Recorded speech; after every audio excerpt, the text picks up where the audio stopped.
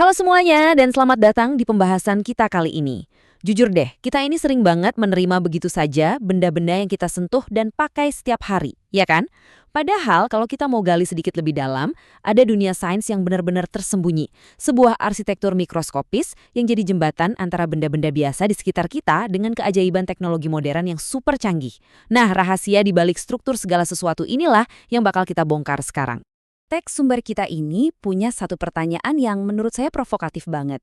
Coba deh Anda bayangin sebentar, bakal kayak apa sih hidup Anda tanpa adanya material modern? Serius, coba dipikirin.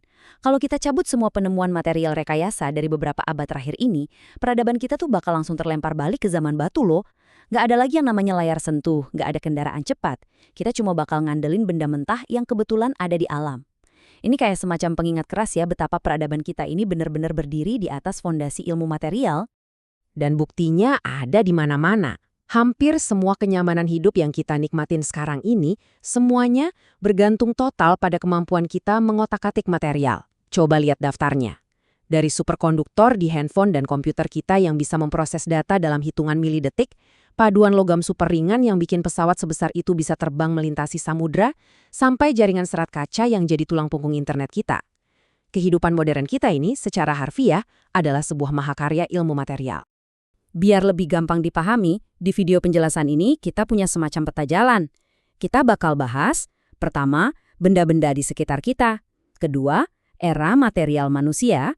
Ketiga, sains versus teknik. Keempat, memperbesar struktur. Dan terakhir, 6 sifat material. Oke, kita langsung masuk aja ke bagian yang pertama, benda-benda di sekitar kita. Coba deh perhatikan gambar ini. Ini kan cuma wadah minuman biasa ya. Secara fungsi simpel banget, cuma buat nyimpan air biar nggak tumpah. Tapi yang luar biasa adalah, kita bisa bikin barang ini dari setidaknya 3 jenis material yang secara fundamental beda banget. Kita bisa pakai logam aluminium yang ringan buat bikin kaleng, atau keramik berupa kaca silika buat botol yang elegan, atau bahkan plastik sintetis yang lentur. 3 dunia atom yang sama sekali berbeda, tapi bisa direkayasa untuk menyelesaikan satu masalah yang persis sama. Fleksibilitas rekayasa modern tuh emang sekeren itu.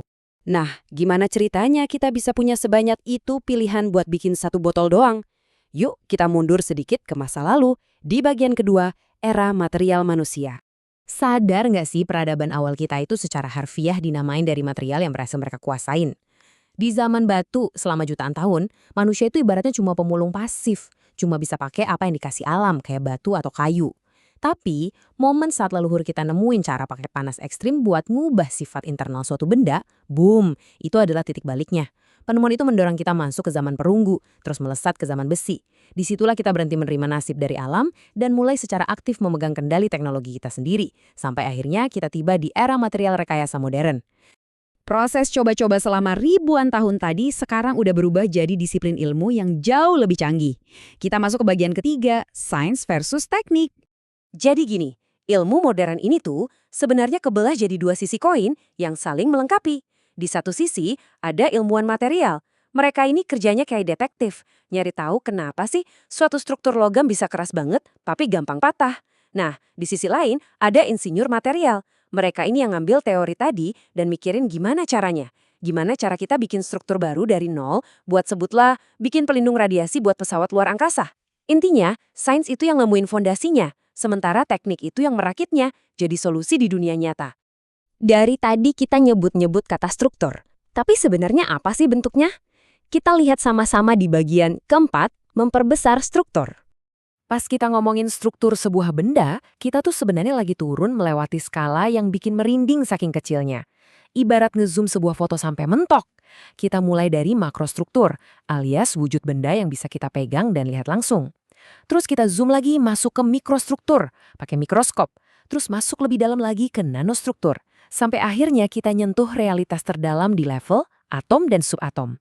Di dunia kuantum inilah, tarian mikroskopis antara elektron dan nukleus benar-benar nentuin apakah benda itu bakal jadi padat, cair, gampang hancur, atau bisa menghantarkan listrik. Dan percaya atau enggak, interaksi super kecil inilah yang bikin dunia kita bekerja. Kita masuk ke bagian kelima, 6 sifat material. Dengan ngotak-ngatik arsitektur atom yang super kecil tadi, kita bisa ngatur sifat suatu material. Dan sumber membaginya ke dalam 6 kategori utama.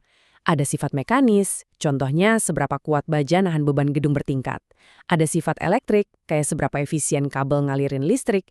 Terus ada sifat termal, magnetik, optik, dan yang terakhir sifat deterioratif.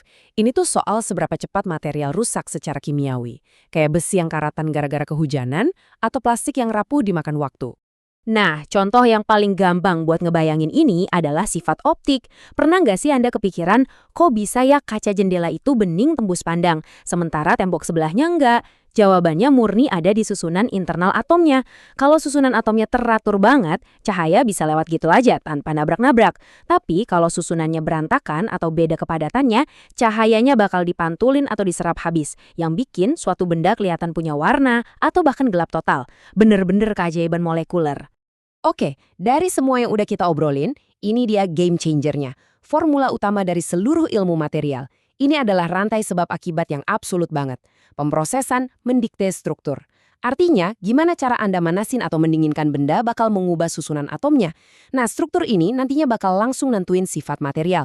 Dan akhirnya, sifat itulah yang jadi penentu mutlak kinerja barang tersebut saat kita pakai sehari-hari. Ubah sedikit aja cara Anda memproses di awal, dan Anda literally mengubah batas apa yang bisa dilakukan barang tersebut.